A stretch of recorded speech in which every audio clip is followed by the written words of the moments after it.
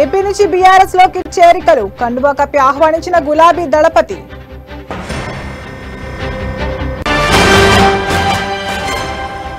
పంచాయతీలను ప్రభుత్వం నిర్వీర్యం చేస్తోంది, సర్పంచ్లను నిధులను లాక్కుంటుందన్న రేవంత్.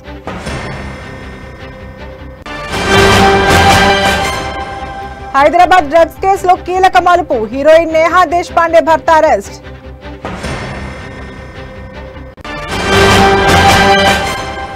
ఎమ్మెల్యే బాజిరెడ్డిపై కలెక్టర్ కార్యాలయంలో ఫిర్యాదు, ప్రభుత్వ బీజేపీ కార్యకర్తలకు రాకుండా చూస్తున్నారని ఆరోపణ.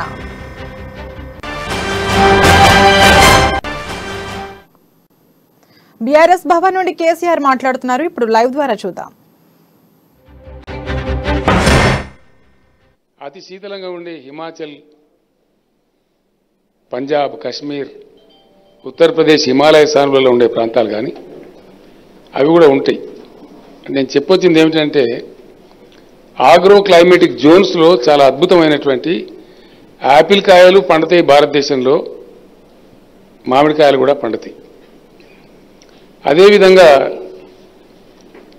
భారతదేశంలో కురిసే వర్షపాతం 4000 BCM అంటే 4000 బిలియన్ క్యూబిక్ మీటర్స్. మనం టీఎంసీలలో కొలుస్తాం కాబట్టి అదే టీఎంసీలలో చూస్తే 1,40,000 టీఎంసీల వర్షం కురుస్తుంది భారతదేశంలో. ఇది నా లెక్క కాదు, central water commission, government of India ఇచ్చే లెక్క. 70,000 టీఎంసీల నీళ్లు వర్షం కురిసే సమయంలో ఎవాపరేట్ అయిపోతుంది. భూగర్భంలో కావచ్చు, నదీ జలాలు ప్రవహించేటువంటి నీళ్ళు కావచ్చు, శుద్ధమైనటువంటి నీరు 70,000 టీఎంసీల నీరు ఈ దేశంలో పుష్కలంగా సమృద్ధిగా అందుబాటులో ఉంది. అతివృష్టి ఉన్నప్పుడు ఇంకా అంతకు మించి కూడా ఇంకా మనకు నీటి సౌలత కూడా ఉంది ఇక్కడ. దానికి తోడుగా అంటే భూమి ఉంది, సోలార్ ఇన్సిడెన్స్ ఉంది, పంటలు పండడానికి అనుకూలమైనటువంటి పర్యావరణ వాతావరణ మండలాలని, దానికి తోడు హ్యూమన్ క్యాపిటల్ పనిచేసేటువంటి 1,139 కోట్ల జనాభా ఉన్నది. దీనికి గొప్ప గొప్ప పదాలు అవసరం లేదు. వ్యవసాయం చేసేదానికి స్కిల్ డెవలప్మెంట్ అది ఇది ఇంగ్లీష్లో మనం వింటుంటాం, అటువంటిది కూడా అవసరం లేదు. మామూలుగా ప్రోత్సహిస్తే, తగిన పద్ధతిలో వ్యవహారం చేస్తే భారతదేశం యావత్తు ప్రపంచంలోనే బెస్ట్ ఫుడ్ చైన్ కలిగి ఉండే కంట్రీ ఉండాలి. మన రైతులోకం అంతా బ్రహ్మాండంగా ఉండాలి. కానీ రైతులు 13 నెలల పాటు దేశ రాజధాని సరిహద్దులలో ధర్నాలు చేసేటువంటి పనులు మనం కళ్ళారా చూస్తూ ఉన్నాం. మన పిల్లలు పాపం యంగ్స్టర్స్ ఈరోజు మెక్డొనాల్డ్ బర్గర్స్, పిజ్జాలు తినేది మనమే చూస్తూ ఉన్నాం. వాస్తవానికి మనకు ఉన్నటువంటి కండిషన్స్కి, పరిస్థితికి, మనుషులకి, వాతావరణానికి, సహజ వనరులకి ప్రపంచవ్యాప్తంగా మాకు ఇండియన్ ఫుడ్ కావాలని best food chain, fresh food chain ఇండియాలో ఉంటుంది. వ్యవసాయం, వ్యవసాయ అనుబంధ పరిశ్రమలైనటువంటి ఫుడ్ ప్రాసెసింగ్ ఇండస్ట్రీస్ కనుక అద్భుతంగా ఈ దేశంలో చేసినట్టయితే రైతాంగం కావచ్చు, ఆ ఇండస్ట్రీలో పనిచేసే ఉద్యోగులు కావచ్చు, మొత్తం దేశమే ఒక రకమైనటువంటి వాతావరణంలో ఉండేవాళ్ళం. దురదృష్టం ఏంటంటే ఈరోజు 1,00,000 కోట్ల రూపాయల విలువైనటువంటి పామోలిన్ ఆయిల్ని మనం దిగుమతి చేస్తూ ఉన్నాం. కందిపప్పు లాంటి పప్పులను కూడా దిగుమతి చేస్తూ ఉన్నాం. అంటే వనరులు ఉండి, వసతులు ఉండి, పనిచేయగలిగే మనుషులు ఉండి ఎందుకు ఈ దేశం వంచబడుతున్నది? This is the question before us. ఇది ఇట్లాగే జరుగుతూ పోవాలనా, ఈ దుస్థితి కొనసాగాలనా, లేదు ఇది నివారించబడాలనా? ఇది నేటి యువత, నేడు ప్రజా జీవితంలో ఉండే ప్రతి వ్యక్తి దయచేసి ఆలోచించాలని చెప్పి నేను కోరుతాను. బీఆర్ఎస్ అంటే తమాషా కోసమో, చెక్కిలిగింతల కోసమో, దేశంలో ఒక మూల కోసమో, ఒక రాష్ట్రం కోసమో బీఆర్ఎస్ కాదండి. దయచేసి BRS is for India. BRS ఖచ్చితంగా 1,00,000 కిలోమీటర్ల ప్రయాణమైన తొలి అడుగుతోనే ప్రారంభమవుతుంది. మనకు లక్ష్య శుద్ధి, సంకల్ప శుద్ధి, చిత్తశుద్ధి ఉంటే సాధించలేదంటూ ఏమీ ఉండదు.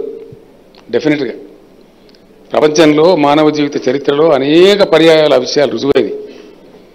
కాబట్టి ఇంత గొప్ప దేశంలో ఇన్ని వనరులు ఉండి ఇన్ని వసతులు ఉండి ఇంకో చిన్న మాట చెప్తే కూడా మీరు విశ్వాసం కాదు, మీకు అది నిజమా అనిపిస్తుంది. కానీ ఫ్యాక్ట్, మన దేశంలో ఉన్నటువంటి స్థాపిత విద్యుత్ శక్తి, installed power capacity of India 4 లక్షల మెగావాట్ ఉంటుందండి. సోలార్ విద్యుత్తు, పవన విద్యుత్తు, హైడల్ పవరు, థర్మల్ పవర్ అన్ని కలిపి 4,10,100 చిల్లర మెగావాట్ ఉంటుంది లేటెస్ట్ ఫిగర్స్ ప్రకారం. కానీ దేశం ఏనాడు కూడా 2,10,000 మెగావాట్లకు మించి విద్యుత్తు వాడలేదు. నీళ్లు ఉంటాయి, పొలాలకు రావు, కరెంటు ఉంటుంది, ప్రజలకు కరెంటు రాదు. వనరులు వసతులు ఉండి ఎందుకు ఈ దేశ ప్రజలు శిక్షించబడాలి? ఎందుకు ఈ దేశ ప్రజలు వంచబడాలి? ఎవరి కోసం? దేనికోసం? ఈ పరిస్థితులు ఇట్లాగే కొనసాగాలనా? ఇందులో ఏదైనా మార్పు రావాలనా? అది ప్రశ్న. ఆ మార్పు కోసమే ప్రబలమైనటువంటి గుణాత్మకమైనటువంటి మార్పు ఖచ్చితంగా తీసుకొచ్చి ప్రజల ఆలోచన సరళి మార్చి యావత్ దేశంలో ఉండేటువంటి ఆలోచన పరులందరినీ ఏకం చేసి ఒక మహోజ్వలమైనటువంటి భారత నిర్మాణం కోసమే బీఆర్ఎస్. ఒక ప్రాంతానికో, ఒక భాషకో, ఒక వ్యక్తికో కాదు, ఏ ఊరి కోసమో ఏ పల్లె కోసమో కాదు. ఇది ఒక యజ్ఞం. పర్వాలేదు, కొన్ని నష్టాలు జరగవచ్చు, కొన్ని కష్టాలు రావచ్చు. నెగటివ్ ఫోర్సెస్ అంటే ప్రతిప శక్తులు ఏ విషయాన్ని ప్రారంభించినా, ఏ గొప్ప పని ప్రారంభించినా మొట్టమొదటి ఎదురయ్యేది అవహేళన. మహాత్మా గాంధీ గారు లాంటి మనిషి చెప్పినారు, ఏదైనా ప్రారంభమైతే మొట్టమొదటి నిన్ను గుర్తించడానికి నిరాకరిస్తారు. ఏందా బీఆర్ఎస్ ఏదో 4 రోజుల తర్వాత కొంచెం మనం షౌటింగ్ ఎక్కువ చేస్తే అప్పుడు హేళన చేయడం మొదలు పెడతారు. ఏ పాస్తార్థాలు ఏమైతే నాకు అర్థం కాదు, చంద్రశేఖర్ గారితో ఏమైంది, కిషోర్ బాబుతో ఏమైంది, కేసీఆర్ వాడింత పిడికాడంత బక్క ఉంటాడు మనిషి, వీళ్ళతో ఏమైంది అని అవహేళన చేయడం ప్రారంభిస్తారు. ఆ తదనంతర కాలంలో ఏం చేస్తుంటే మనం దాడి ప్రారంభిస్తారు. చివరికి మనకు విజయం చేకూరుతుంది. డెఫినెట్గా 100%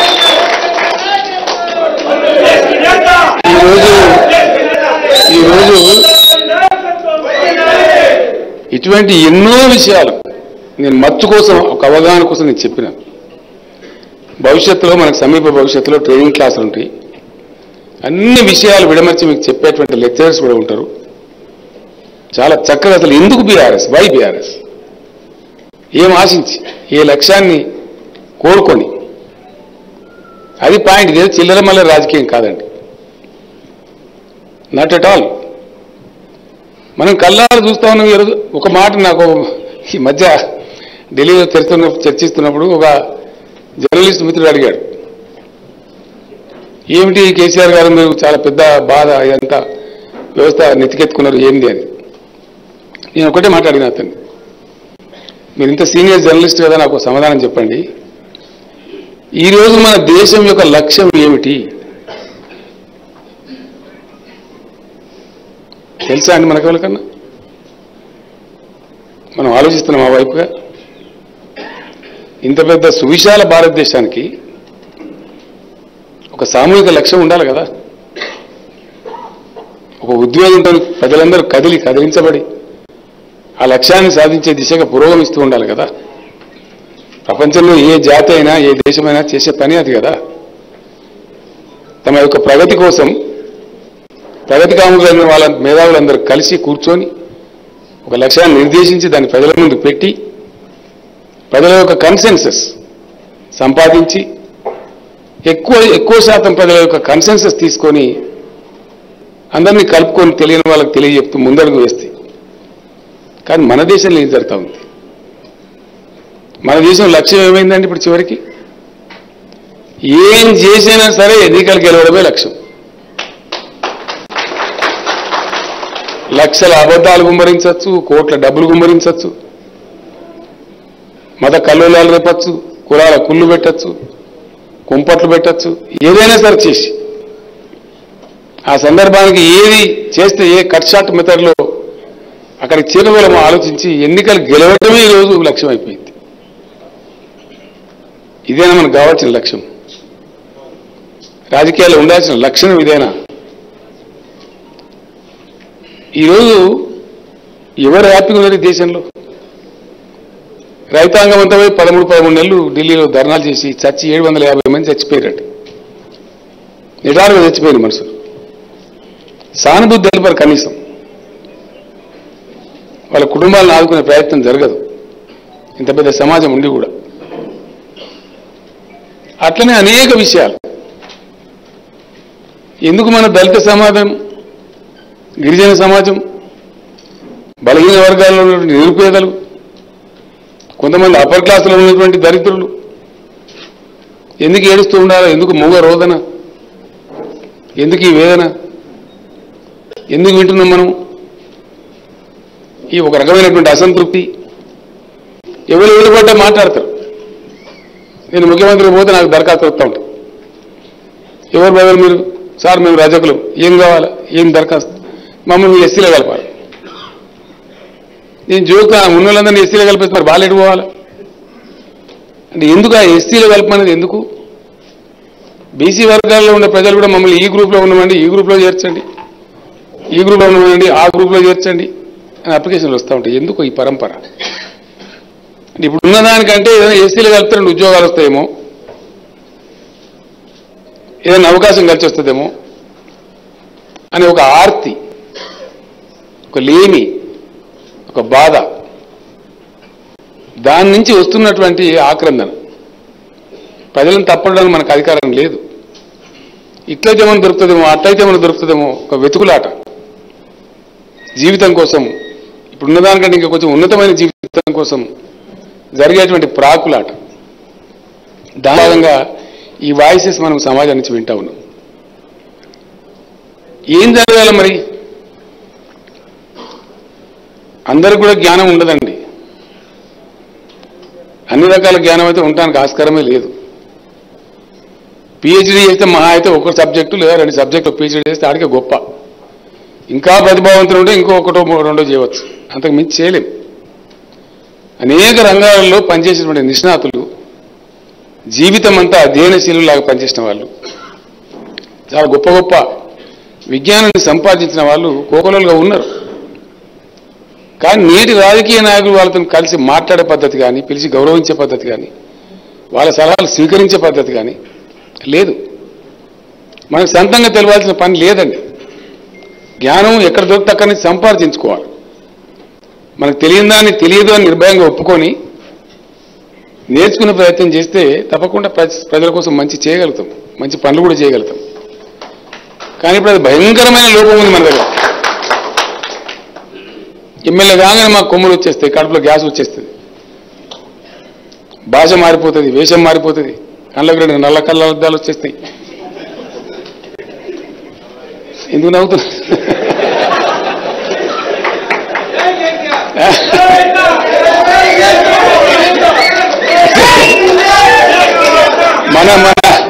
మన గ్రామంలో మన మధ్యలో ఉంటాడు ఆయన అనుకోకుండా సర్పంచ్ అయిపోతాడు కలిసి వచ్చి. తెల్లడానికి రవత్తులు కవత్తులు భాషనే మారిపోతుంది. దీర్ఘాలు లేని దీర్ఘాలు అక్కర్లేదు. కరెక్టే కదా నేను చెప్పేది.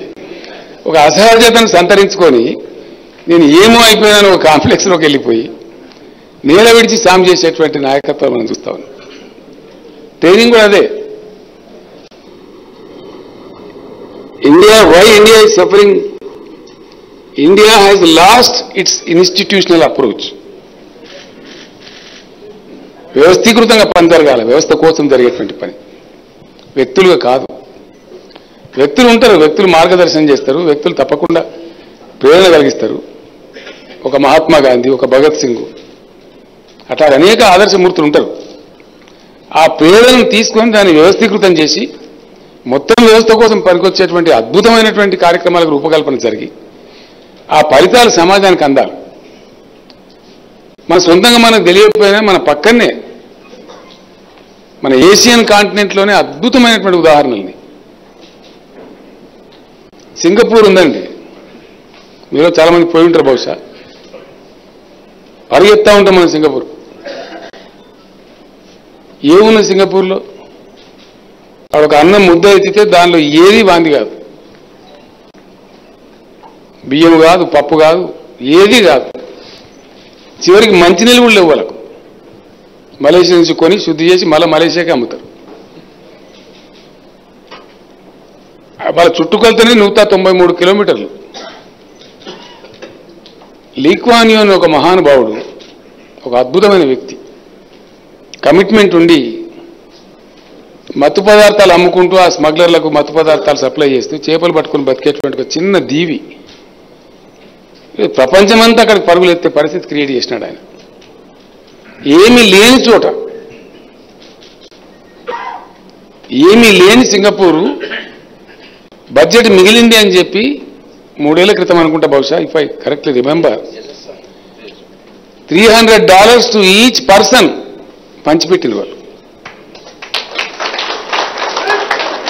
That is something like a country, that is something like a leader. మన పక్కనే ఉంటుందండి చైనా. హిమాలయాలకు అటువైపు వాళ్ళు, ఇటువైపు మనం. సరే, మావో గారు అక్కడ విప్లవం తెచ్చినారు, బ్రహ్మాండ కార్యక్రమాలు జరిగినాయి, రాచరిక వ్యవస్థ అంతరించిపోయింది, సంతోషం. మావో గారు పరిపాలన చేసినారు చాలా సంవత్సరాలు, ఆల్మోస్ట్ హాఫ్ సెంచరీ. ఆయన ఒక పందా ఉండేది, అది ఆయన మార్చుకోలేదు.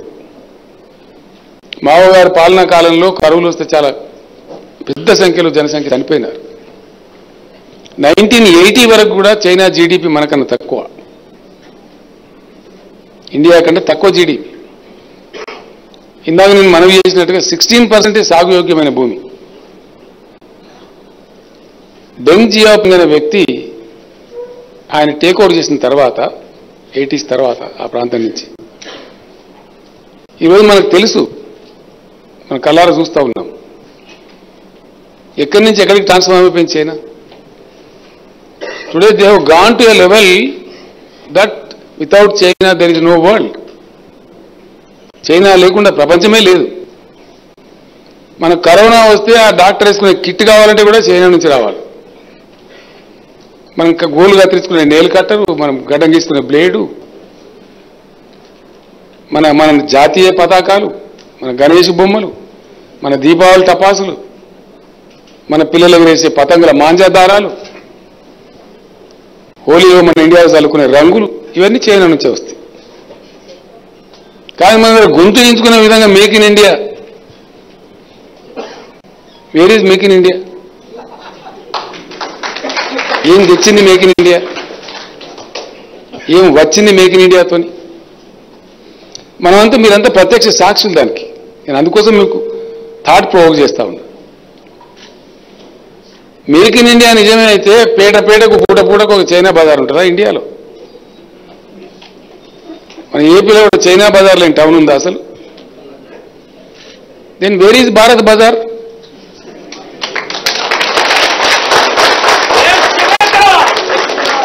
ఏమైపోయింది? ఇవి దయచేసి మనం ఆలోచించకపోతే, మూగబోయి ఉంటే, తెలిసి కూడా తెలియనట్టు నటిస్తే చాలా భయంకరమైనటువంటి దెబ్బను ఈ భారత సమాజం తింటది. అది ఏ రకంగా కూడా వాంఛనీయం కాదు. ప్రజా జీవితంలో ఉన్నప్పుడు, యువకులుగా ఉన్నప్పుడు, పెద్దల దయ వల్ల చదువు సంధ్య మనకు అబ్బినప్పుడు తప్పకుండా మనం ఆలోచించాలి. ఆలోచించాలా, ఆలోచన లేని వాళ్ళకి ఆలోచన కలగజేయాలా, నేర్పాలా, ముందుకు తీసుకొని పోవాలి. 100% ఫలితాలు వస్తాయి, రాకపోయే సమస్య లేదు. సమాజం ఎప్పుడైతే జాగృతమవుతుందో చాలా జటిలంగా చూపెట్టబడే సమస్యలు. నేను ఇంకో మాట కూడా చెప్తున్నాను, బీఆర్ఎస్ ఎజెండాలో కూడా చెప్తాం దేశానికి. సిన్సియర్ గవర్నమెంట్ ఆఫ్ ఇండియా ఉంటే, నేను ఇందాక మీకు మనవి చేశాను, 70,000 టీఎంసీల నీళ్లు ఉన్నవి. This is not my account, CWC account. 65,000 నుంచి 70,000, ఇంకో 3-4 టీఎంసీల నీళ్లు లెక్కలు పంచాయతీల అంతర్జాతీయ తగాదాలని టిబెట్ నుంచి వచ్చే నదులు, అవి తేలాల్సింది. తేలితే అబో 3-4 టీఎంసీలు వస్తాయి. ఇండియాలో ఉండే 41 కోట్ల ఎకరాలకు ప్రతి ఎకరాన్ని నీళ్ళు ఇవ్వచ్చండి. ఈ చక్కర్ వాటర్ ఇస్తే కావాల్సింది 40,000 టీఎంసీలే మొత్తం వరిధాన్యం పండిస్తే కూడా. మొత్తం వరిధాన్యమే కాదు 40,000 టీఎంసీ సరిపోతాయండి total. Then why water wars in India? That is the question of BRS. నీటి యుద్ధాలు ఎందుకు? ఏమి తగాదాలి పేచీలు ఏంటి? ఇంత వ్యర్థంగా దేశాన్ని పాలించే వాళ్ళు మనతో ఆడుకుంటా ఉంటే, there are water wars in India because of bad water policy of the nation. There is power shortage in India because of the bad power policy of the nation. మనం కళ్ళారు చూసినాం కదా, తెలంగాణలో కూడా లేకుండా కరెంటు లేదు కాదు. అది ఎప్పుడు వస్తుందో ఎప్పుడు పోతుందో, వస్తే ఎంతసేపు ఉంటుందో భగవంతునికి తెలుసు.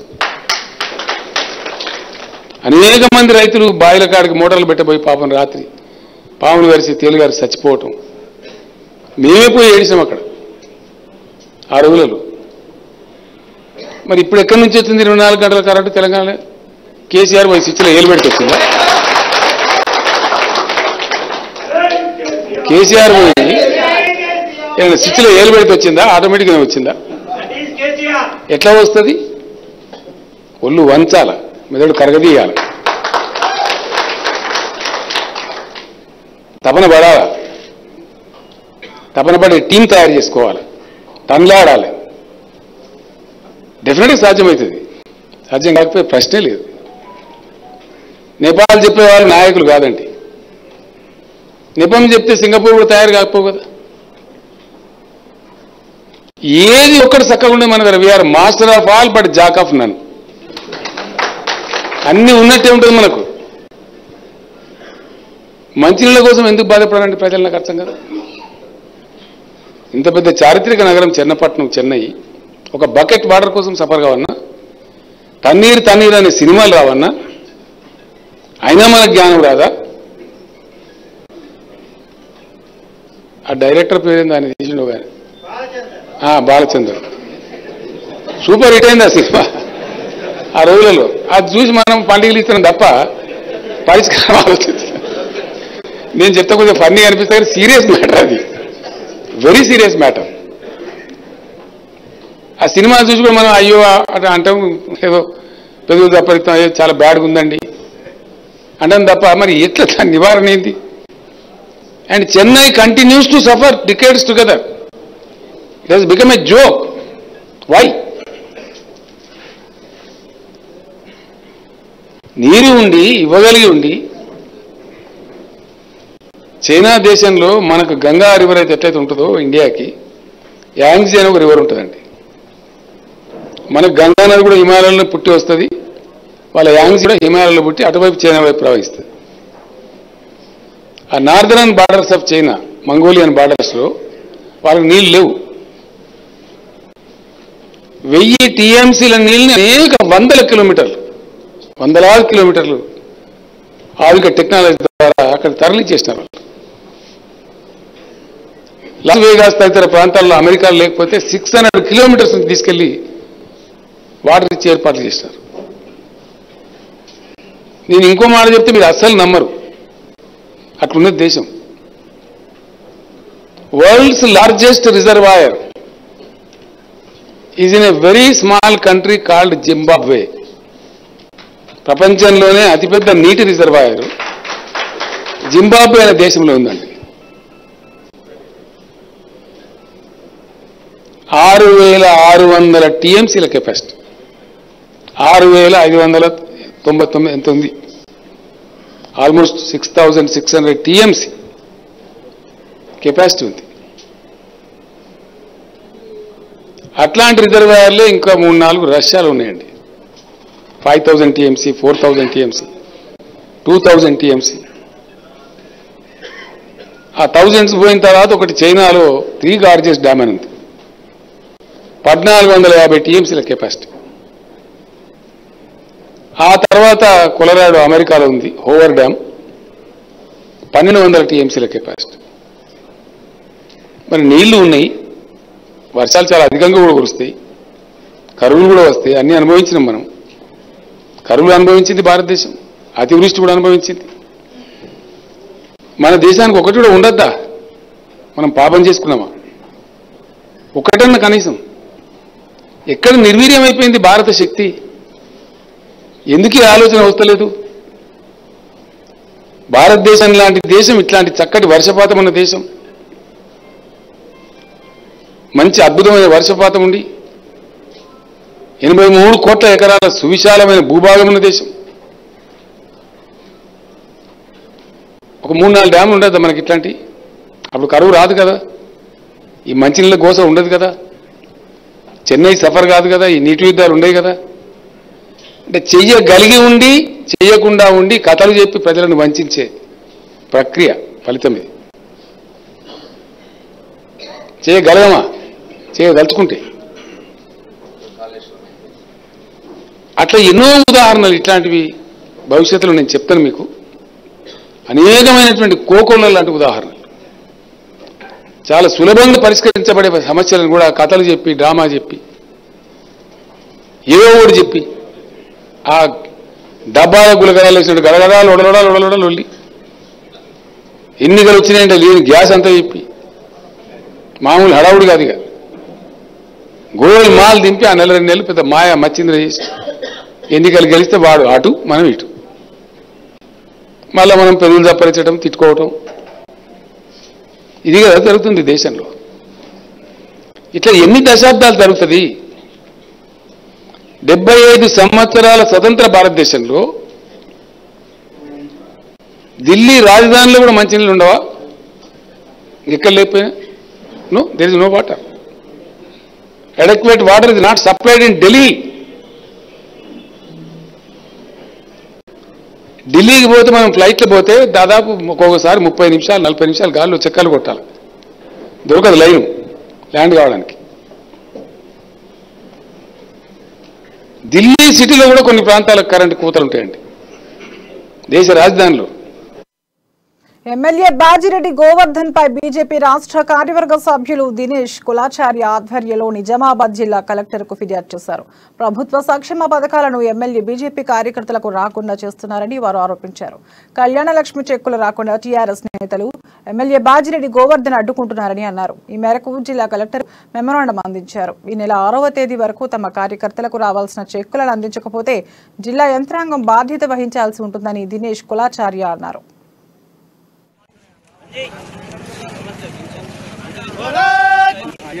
जय माता, भारत माता, भारतीय जनता पार्टी जिंदाबाद, भारतीय जनता पार्टी जिंदाबाद, जय श्री राम, जय श्री राम, जय श्री राम, जय श्री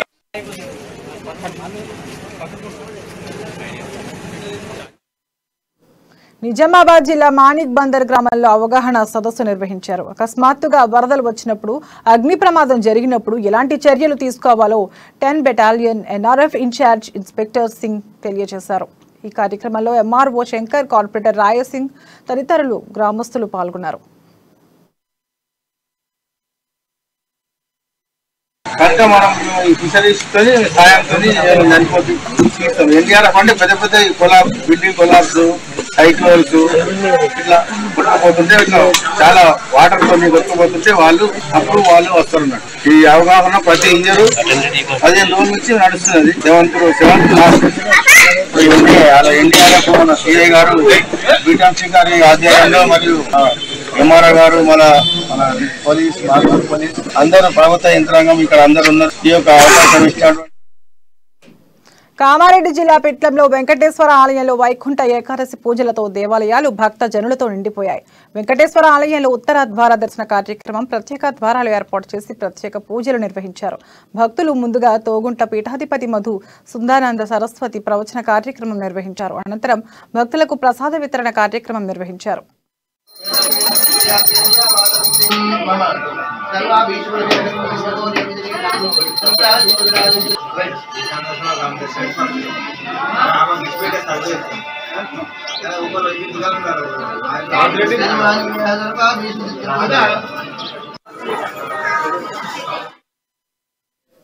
ఇవి ఇప్పటివరకున్న బులెటిన్ అప్డేట్స్. మరిన్ని అప్డేట్స్ కోసం చూస్తూనే ఉండండి అమ్మా న్యూస్, నిజం కోసం జనం కోసం.